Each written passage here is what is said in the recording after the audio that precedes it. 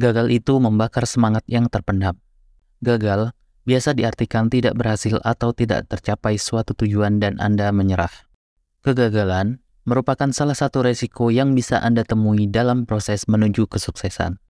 Kegagalan sering menjadi masalah besar yang membuat seseorang merasa galau, sedih, frustasi, dan ingin menyerah. Namun, ada sebagian orang yang kembali bangkit dan menyadari ada hikmah di balik kegagalan. Percayalah teman, seiring berjalannya waktu, cepat atau lambat, kegagalan akan berubah menjadi kebahagiaan dan kesuksesan. Ada pepatah bijak mengatakan, hari ini kita mendapat kegagalan, tetapi ingatlah bahwa kita sedang ada di jalan menuju kesuksesan. Kegagalan menghancurkan kesombongan, kegagalan membangkitkan kecerdasan, dan kegagalan menuntun kedewasaan. Kegagalan itu ibarat tanda koma dalam sebuah kalimat. Ia hanya membuat tanda jeda, tapi bukan tanda henti. Bila kegagalan itu bagaikan hujan dan keberhasilan bagaikan matahari, maka kita butuh keduanya untuk melihat pelangi.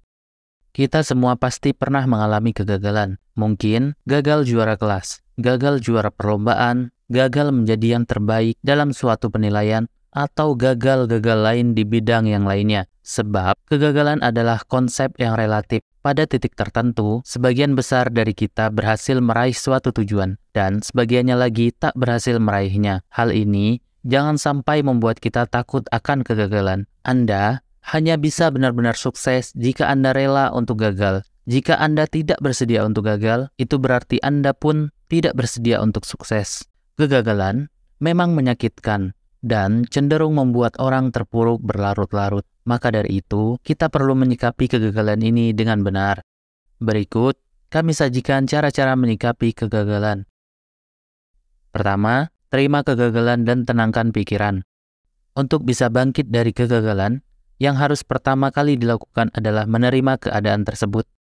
Kegagalan memang hal yang tidak nyaman untuk diterima, walaupun pahit, berlapang dadalah. Ingat, roda kehidupan selalu berputar, kadang di atas dan kadang di bawah. Dengan menerima kenyataan tersebut, pikiran akan jauh lebih tenang.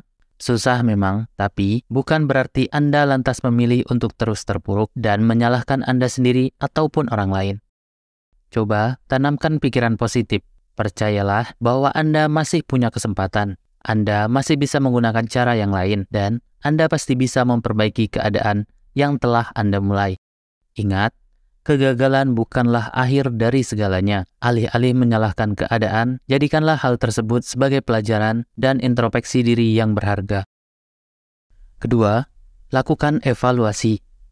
Setelah pikiran lebih tenang, emosi terkontrol, mulailah lakukan evaluasi sebagai langkah apa yang dilakukan jika mengalami kegagalan. Cari tahu apa kira-kira penyebab kegagalan tersebut. Apakah karena rencana yang kurang matang atau justru karena salah dalam pelaksanaannya. Anda juga bisa membuat daftar yang berisi kinerja Anda selama ini. Cermati mana bagian yang bekerja optimal dan mana yang tidak. Ada kalanya masalah tidak datang dari internal saja, bisa juga karena faktor eksternal. Jadi, jangan lupa untuk memperhitungkan faktor tersebut. Jika penyebab masalah sudah tampak, coba lakukan analisis lebih mendalam. Mengapa hal tersebut bisa memicu kegagalan? Jika sudah diketahui, ada baiknya jika Anda membuat skala prioritas. Letakkan faktor penyebab yang harus segera dicari solusinya di urutan teratas, agar segera teratasi. Ketiga, bangun support system untuk bantu bangkit kembali. Bangkit dari kegagalan akan terasa sangat berat jika dilakukan sendiri. Untuk itu, sebaiknya Anda mencari support system yang dapat menyuntikkan semangat baru. Selain keluarga dan teman terdekat, tidak ada salahnya Anda mencari dukungan dari rekan yang sudah berpengalaman di bidang yang ingin Anda capai. Support system semacam ini tentu akan menjadi dukungan yang kuat. Mereka akan lebih paham bagaimana situasi yang sedang Anda hadapi. Bahkan, Anda juga bisa belajar dari pengalaman mereka. 4. Mulai cari peluang baru. Bagi Anda yang gagal dalam melakukan usaha atau bisnis, Anda tentu bisa menentukan tingkat kelayakan apakah usaha Anda kemarin memang layak diteruskan atau justru tidak. Apabila memang layak, melakukan perbaikan bisa menjadi peluang baru. Namun, jika hasil evaluasi menunjukkan sebaliknya, cobalah untuk memulai usaha baru. Dengan persiapan yang lebih matang, bukan tidak mungkin usaha baru Anda akan jauh lebih sukses. 5. Susun perencanaan yang matang.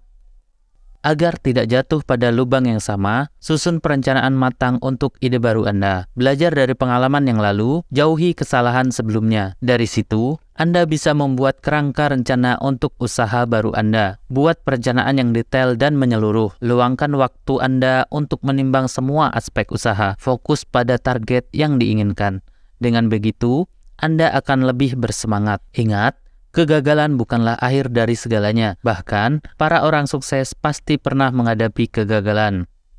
Semoga pembahasan mengenai apa yang harus dilakukan jika mengalami kegagalan ini dapat membantu Anda untuk bangkit kembali. Bila teman-teman ada saran, silakan tulis di kolom komentar. Sampai bertemu di video selanjutnya. Terima kasih.